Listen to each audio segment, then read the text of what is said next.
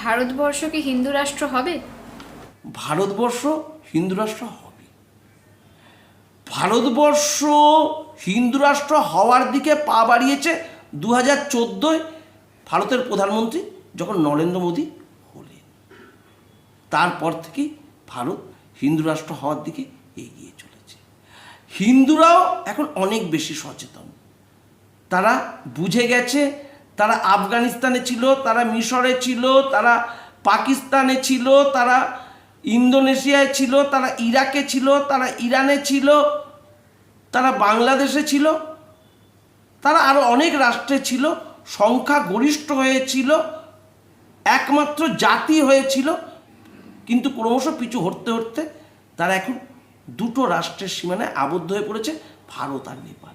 এখান থেকে আর পিছনে যাবার তাদের জায়গা নেই, এটা খুব ভালোভাবে বুঝে গেছে, কারণ পিছনে সমুদ্র। আপনি 100 জন হিন্দুকে জিজ্ঞাসা করুন, দেখবেন বলতে গেলে সবাই চাইবে হিন্দু রাষ্ট্র, যদি না তার রাজনৈতিক বিরাট কোনো স্বার্থ থাকে। সে তো অনেক জিহাদিও হয়েছে, হিন্দুদের মধ্যে 1-2 জন নাকি শুনছি জিহাদিও আছে, সেটা তাদের ব্যাপার, তাদের রাজনৈতিক স্বার্থ।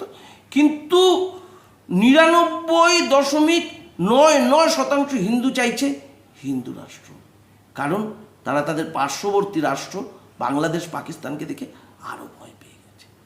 তারা বুঝে গেছে ভারতবর্ষ তাদের শেষ আশ্রয়স্থল। স্বয়ং বিধাতা পুরুষও কিন্তু এগিয়ে এসছেন যাতে ভারতবর্ষ হিন্দু রাষ্ট্র হয়। আপনারা দেখুন 2014-র পর ভারতবর্ষে হিন্দুত্বের পতাকা শুধু উড়েই চলেছে। সব কটা রাজ্যে বলতে গেলে বিজেপি এসে গেছে। হিন্দু বিরোধীদের হয়ে একমাত্র বাস্তিল দুর্গের মতন পাহারা দিচ্ছিল আমাদের এই পশ্চিমবঙ্গ। দেখুন সেখানেও গেরুয়া ঝড় আছড়ে পড়েছে। ভারতবর্ষ হিন্দু রাষ্ট্র হবেই, বড়জোর 1 থেকে 2 বছর।